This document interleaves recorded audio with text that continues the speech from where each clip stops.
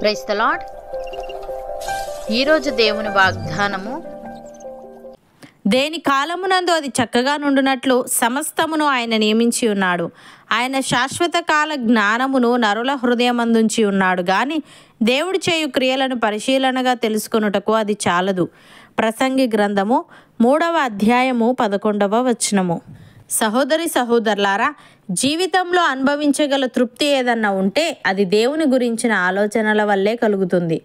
దేవుని పనులు సుందరమైనవి, మానవుల గ్రహింపుకు మించినవి, అవి లోపం లేనివి, శాశ్వతమైనవి. అయితే దేవుడు చేసినదేమిటో చేస్తున్నదేమిటో మనిషి అర్థం చేసుకోలేడు. కాబట్టి దాని గురించి ఆందోళన చెందడం మానుకొని తన సొంత కార్యాల్లో ఏదో సంతోషాన్ని వెతికేందుకు ప్రయత్నించడం మంచిదంటాడు. అయితే దేవుడు శాశ్వత కాల జ్ఞానమును నరుల హృదయమందుంచి ఉన్నాడు. కాబట్టి ఈ కాలానికి సంబంధించినవి, నిలిచి ఉండనివి, గతించిపోయేవి మన హృదయాన్ని సంతృప్తిపరచలేవు. భక్తుడు ఈ విధంగా అంటున్నాడు: యెహోవా, నీ కార్యములు ఎన్నెన్ని విధములుగానున్నవి! జ్ఞానము చేత నీవు వాటన్నింటినీ నిర్మించితివి. నీవు కలుగజేసిన వాటితో భూమి నిండి ఉన్నది. అదిగో, విశాలమైన మహాసముద్రము, అందులో లెక్కలేని జలచరములు, దానిలో చిన్నవి పెద్దవి జీవరాశులున్నవి. అందులో ఓడలు నడుచుచున్నవి, దానిలో ఆటలాడుటకు నీవు నిర్మించిన మకరములున్నవి. తగిన కాలమున నీవు వాటికి ఆహారం ఇచ్చేదవని ఇవన్నీ నీ దయ కొరకు కనిపెట్టుచున్నవి. నీవు వాటికి పెట్టునది అవి కూర్చుకొనును. నీవు గుప్పిలు విప్పగా అవి మంచి వాటిని తిని తృప్తిపరచబడును అని. ప్రియులారా, దేవుడు తన స్వరూపమందు నరుని సృజించెను. దేవుని స్వరూపమందు వారిని సృజించెను. స్త్రీనిగాను పురుషునిగాను వారిని సృజించెను. దేవుడు వారిని ఆశీర్వదించెను. ఎట్లనగా, మీరు ఫలించి అభివృద్ధి పొంది విస్తరించి భూమిని నిండించి దానిని లోపరుచుకొనుడి. సముద్రపు చేపలను, ఆకాశ పక్షులను, భూమి మీద ప్రాకు ప్రతి జీవిని ఏలుడని దేవుడు వారితో చెప్పెను.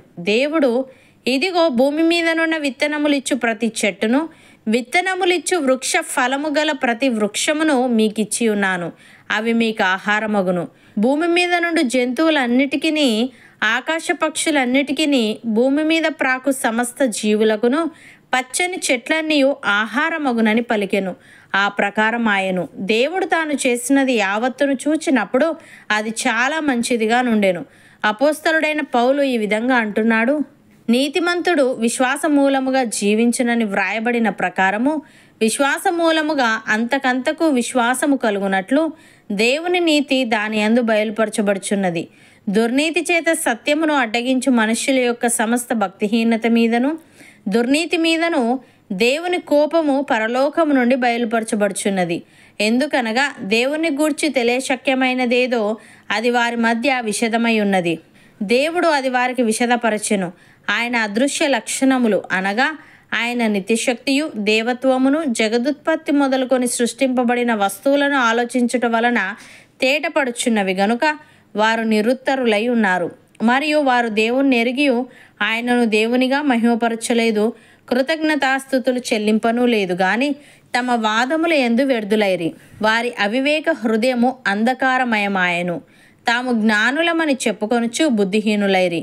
వారు అక్షయుడగు దేవుని మహిమను క్షేమగు మనుష్యుల యొక్కయు, పక్షుల యొక్కయు, చతుష్పాద జంతువుల యొక్కయు, పురుగుల యొక్కయు ప్రతిమా స్వరూపముగా మార్చిరి. ఈ హేతువు చేత వారు తమ హృదయముల దురాశలను అనుసరించి తమ శరీరములను పరస్పరము అవమానపరుచుకొనున్నట్లు దేవుడు వారిని అపవిత్రతకు అప్పగించెను. అటివారు దేవుని సత్యమును అసత్యమునకు మార్చి సృష్టికర్తకు ప్రతిగా సృష్టమును పూజించి సేవించిరి. యుగముల వరకు ఆయన స్తోత్రార్హుడై ఉన్నాడు అని. సహోదరి సహోదరులారా, దేవుని బుద్ధి జ్ఞానముల బాహుల్యము ఎంతో గంభీరము. ఆయన తీర్పులు శోధింపనెంతో అశక్యములు. ఆయన మార్గములెంతో అగమ్యములు. ప్రభు మనస్సును ఎరిగిన వాడెవడు?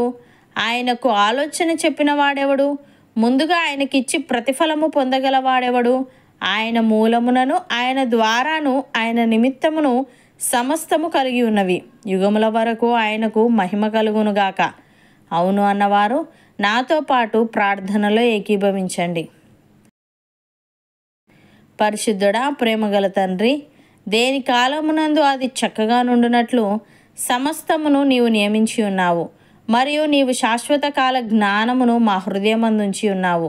తండ్రి నీకు స్తుతులు. దేవా, మేము ఫలించి అభివృద్ధి పొంది విస్తరించి భూమిని నిండించి దానిని లోపరుచుకొని సముద్రపు చేపలను ఆకాశ పక్షులను భూమి మీద ప్రాకు ప్రతి జీవిని ఏలేవారముగా ఉండుటకు సహాయము దయచేయమని నీ అదృశ్య లక్షణములు అనగా నీ నిత్యశక్తియు దేవత్వమును జగదుత్పత్తి మొదలుకొని సృష్టింపబడిన వస్తువులను ఆలోచించడం వలన తేటపడుచున్నవి గనుక మేము నిన్ను మహిమపరచుచు నీకు కృతజ్ఞతాస్తుతులు చెల్లించుచు విశ్వాస మూలముగా జీవించే వారముగా ఉండుటకు కృపచూపమని మా జీవితాన్ని బట్టి మహిమ ఘనత ప్రభావములు యుగయుగములు నీవే పొందమని యేసుక్రీస్తు నామమున ప్రార్థిస్తున్నాము తండ్రి. ఆమెన్.